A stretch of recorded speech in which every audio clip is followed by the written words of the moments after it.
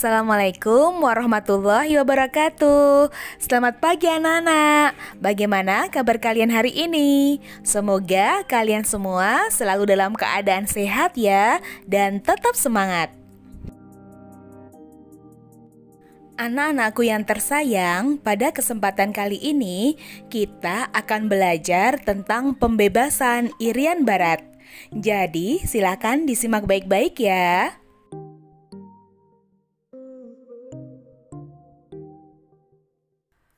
Wilayah Irian Barat adalah wilayah yang tidak bisa dipisahkan dari Negara Kesatuan Republik Indonesia. Namun, sampai peristiwa pengakuan kedaulatan dari Belanda kepada Indonesia, Irian Barat masih dikuasai oleh Belanda. Oleh karena itu pula, diperjuangkan pembebasannya.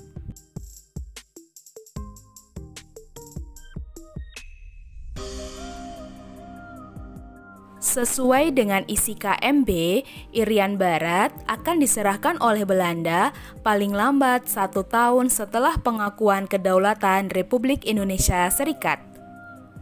Namun, pada kenyataannya, lebih dari 1 tahun pengakuan kedaulatan Indonesia, Belanda tidak kunjung menyerahkan Irian Barat kepada Indonesia.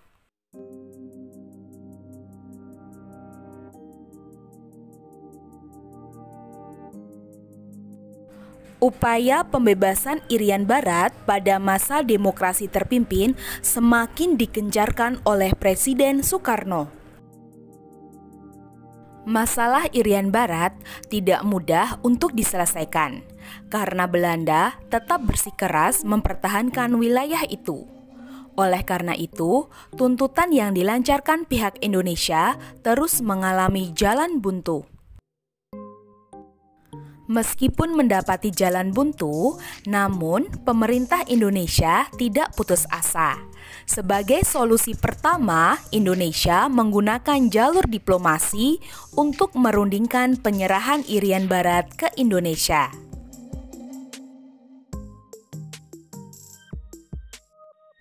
Dalam penyelesaian masalah Irian Barat, pemerintah Indonesia melakukan 2 upaya, yaitu upaya diplomasi dan juga konfrontasi. Mari kita bahas satu persatu upaya pembebasan Irian Barat. Upaya yang pertama adalah diplomasi. Apa sih diplomasi itu? Diplomasi adalah upaya untuk penyelesaian masalah dengan jalan damai. Adapun perjuangan diplomasi yang dilakukan Indonesia antara lain 1. Melakukan perundingan dengan Belanda. Perundingan bilateral ini dilakukan secara berturut-turut dari tahun 1950, 1952, dan 1954. Akan tetapi, Belanda tetap enggan untuk menepati perjanjian KMB. Dan akhirnya, Indonesia mengajukan masalah Irian Barat ini ke forum PBB. Usaha ini sudah dilakukan Indonesia sejak tahun 1953. Masalah Irian Barat setiap tahun selalu diusulkan untuk dibahas dalam sidang umum PBB. Sampai Desember 1957, usaha melalui forum PBB itu juga tidak berhasil. Hal itu dikarenakan dalam pemungutan suara, pendukung Indonesia tidak mencapai 2/3 jumlah suara di sidang umum PBB.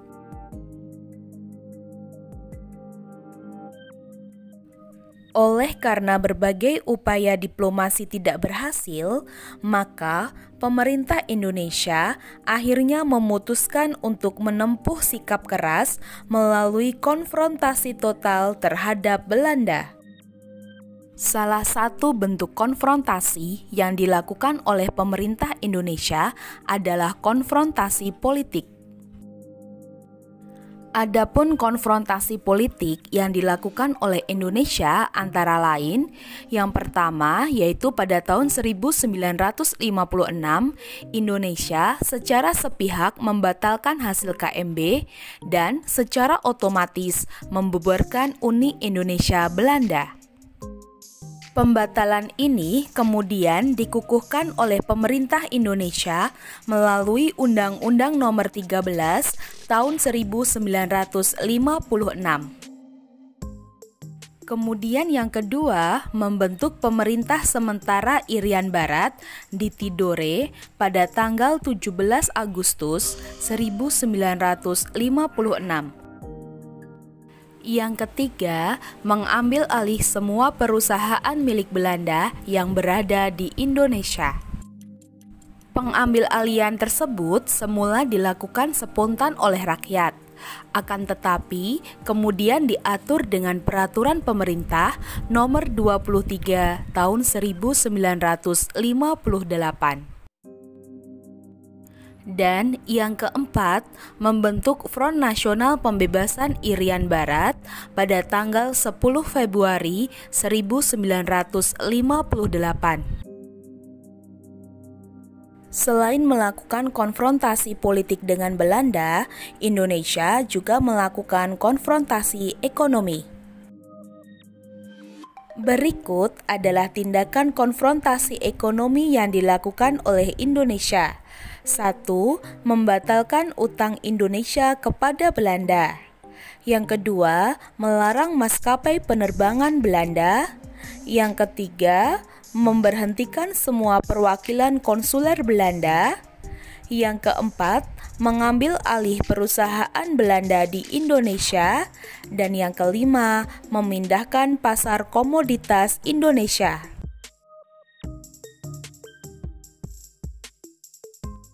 Pada saat hubungan Indonesia dan Belanda memuncak, Presiden Soekarno berpidato pada sidang umum PBB tanggal 30 September 1960. Pidato Soekarno yang berjudul Membangun Dunia Kembali itu menegaskan bahwa bangsa Indonesia akan memperkeras sikapnya kepada Belanda. Pidato Soekarno ini membawa dampak, yaitu dibukanya kembali masalah Irian Barat di PBB. Wakil Amerika Serikat di PBB mengusulkan agar Belanda menyerahkan kedaulatan Irian Barat kepada Indonesia melalui PBB dalam jangka waktu maksimal 2 tahun. Dan Indonesia menyetujui usulan tersebut, namun dalam jangka waktu yang lebih singkat. Sedangkan Belanda ingin membentuk negara Papua. Keinginan dari Belanda ini membuat Presiden Soekarno menempuh cara yang lebih keras, yaitu dengan konfrontasi militer.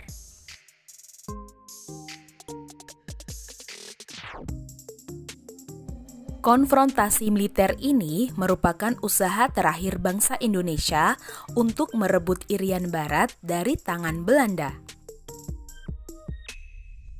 Dalam rangka persiapan militer untuk merebut Irian Barat melalui jalur konfrontasi, pemerintah Indonesia mencari bantuan senjata ke luar negeri. Pada awalnya, senjata diharapkan diperoleh dari negara-negara blok barat, khususnya Amerika, tetapi tidak berhasil. Kemudian, usaha pembelian senjata dialihkan ke Uni Soviet. Pada bulan Desember 1960, Jenderal Nasution bertolak ke Moskow untuk mengadakan perjanjian pembelian senjata. Dan kemudian pada tahun 1961, Jenderal Nasution mengunjungi beberapa negara seperti India, Pakistan, Australia, Jerman, Perancis, Inggris, dan yang lainnya untuk mendengar sikap negara-negara itu jika terjadi perang antara Indonesia dengan Belanda.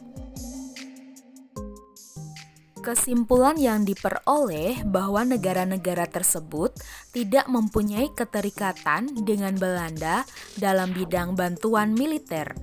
Meskipun begitu, negara-negara tersebut menekankan supaya perang dihindari, dan bahkan ada yang mendukung posisi Belanda.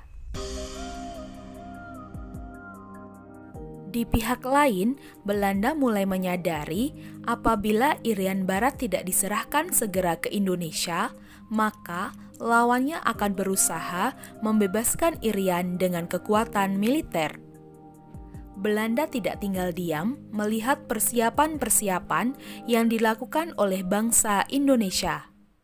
Pada awalnya, mereka mengajukan protes kepada PBB dengan menuduh Indonesia melakukan agresi. Dan selanjutnya, Belanda memperkuat kedudukan Irian dengan mendatangkan bantuan dan mengirimkan kapal perangnya ke perairan Irian, di antaranya adalah kapal induk Karel Doorman. Puncak dari konfrontasi Indonesia terhadap Belanda terjadi pada saat Presiden Soekarno mengumandangkan Trikora atau Tri Komando Rakyat pada tanggal 19 Desember 1961 di Yogyakarta. Adapun isi dari Trikora yaitu 1. Gagalkan pembentukan negara boneka Papua buatan Belanda. Yang kedua, kibarkan sang merah putih di Irian Barat, tanah air Indonesia. Yang ketiga, bersiaplah untuk mobilisasi umum guna mempertahankan kemerdekaan dan kesatuan tanah air dan bangsa. Dengan diucapkannya Trikora, maka dimulailah konfrontasi melawan Belanda.